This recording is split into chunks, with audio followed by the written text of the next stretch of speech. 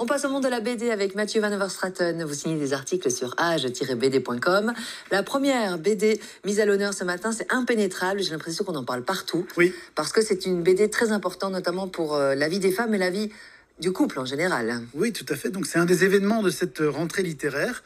On est 3-4 ans après l'énorme succès de Ne m'oublie pas, qui était un roman graphique émouvant sur une petite fille qui décide de prendre la poudre d'escampette avec sa grand-mère qui souffre d'Alzheimer. C'était la BD qui avait révélé la jeune autrice belge Alix Garin. Et là, maintenant, elle est de retour avec un deuxième album qui était très attendu et qui s'appelle donc Impénétrable. Alors, dans un premier temps, elle était partie sur toute autre chose. Elle l'explique d'ailleurs dans la BD. Oui. Et puis à un moment donné, elle a jeté son premier projet à la poubelle parce qu'un autre sujet s'est imposé à elle. Et on peut dire qu'en fait, elle n'a pas froid aux yeux parce que cette BD est autobiographique et d'une rare intimité, puisqu'elle y parle d'un trouble méconnu dont elle a souffert, le vaginisme, qui est une contraction involontaire des muscles du périnée qui rend très douloureux les rapports sexuels et qui rend très difficile la pénétration. Donc elle a vraiment décidé de se mettre à nu pour raconter cette histoire. Et donc forcément c'est très très intime. Oui, c'est très intime et donc elle va dans le plus de détails possible parce qu'elle dit ce n'est que en étant très détaillée que je peux faire comprendre aux gens ce que c'est. Oui. Elle raconte ce désarroi auquel elle a été confrontée au moment où elle a commencé à ressentir des douleurs insoutenables lors des rapports sexuels avec son compagnon. Et pendant 1 an, elle n'a osé en parler à personne, pas même à son compagnon, parce qu'elle avait trop honte de ce qui lui arrivait. Elle ne comprenait pas d'ailleurs pourquoi ça lui arrivait, parce que tout allait bien pour elle dans sa vie, dans sa carrière, dans son couple. Et donc elle ne comprenait pas ce qui lui arrivait. Mais au bout d'un moment, forcément, la situation est devenue complètement intenable. Et du coup, elle a explosé et elle a demandé à Lucas, son compagnon, comment est-ce que tu ne t'es pas rendu compte de ce qui m'arrivait ?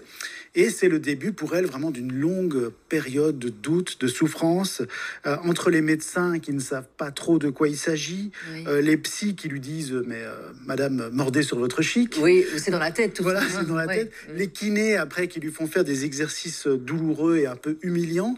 Et bien sûr, dans sa vie de couple, c'était pas évident non plus. Donc c'est clairement un long parcours du combattant pour arriver à en ressortir. Est-ce que c'est pas trop difficile à lire ?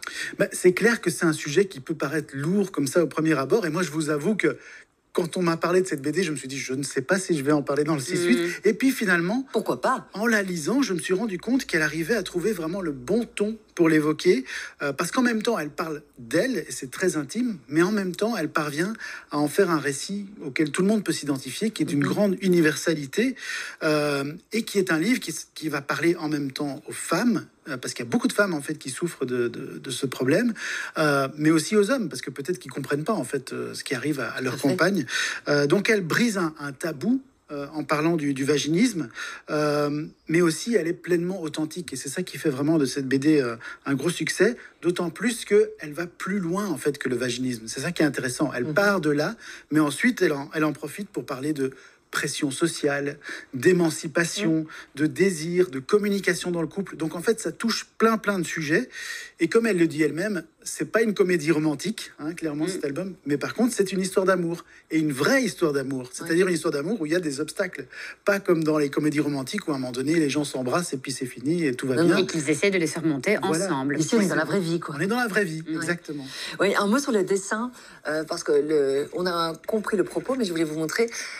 Bon, alors c'est 3 pages différentes, mais c'est assez coloré. C'est parfois enfantin, c'est parfois poétique. Regardez le contraste. Ah oui, oui. Donc c'est un vrai travail, ça, de couleurs et de graphisme. Oui, c'est sur les couleurs en fait qu'elle s'est complètement lâchée, parce qu'au niveau graphique aussi, c'est un livre très différent de son précédent. Ne m'oublie pas. Elle garde ce dessin simple et expressif qui la caractérise et qui lui permet de bien mettre en image ses émotions et ses ressentis. Mais c'est au niveau de la couleur effectivement qu'elle se lâche complètement dans cet album. Voilà, elle dit elle-même, c'est là où elle a vraiment trouvé la bonne manière d'aborder le sujet. Et donc, ça donne au final un livre courageux, authentique, qui installe encore un peu plus Alix Garin comme une autrice qui compte dans le monde de la bande dessinée. Je je pense qu'elle va sans doute gagner des prix encore avec cet album. Et donc elle l'a dit, quand je l'ai rencontrée, elle m'a dit « Je ne veux faire que des livres marquants ». Et je pense qu'elle a réussi avec celui-ci parce que je pense que c'est un livre qui va marquer les esprits de ceux qui la lisent. C'est très important de libérer la parole sur la santé sexuelle. Ça doit vraiment faire partie de la santé globale. Et en médecine générale, on en parle de plus en plus, mais c'est vrai que les médecins généralistes doivent poser la question à leurs patients. Et pour cela, il faut des artistes aussi qui mettent le sujet sur la table, comme Alix Garin, Impénétrable, un album à remporter là tout de suite par SMS au 6003. Démarrez votre message par Impénétrable, c'est le nom de l'album. Impénétrable, nom, prénom, coordonnée complète, adresse mail, tout ça au 6003. C'est en 5 cents par message envoyé. Bonne chance. Je me l'emprunte un peu. Non, c'est pour vous, à la maison. Mais je vais me le procurer parce que j'avais lu le premier d'Alix Garin, qui était très, très beau aussi avec cette relation entre cette jeune fille et sa grand-mère. Donc, je vous le conseille vivement. Merci beaucoup, Mathieu. Vos messages, c'est bien le 6003, démarré par Impénétrable, suivi de vos coordonnées complètes. Il est 7h27. On marque une pause. On se retrouve juste après. Dans 3 minutes, ce sont les infos. À tout de suite.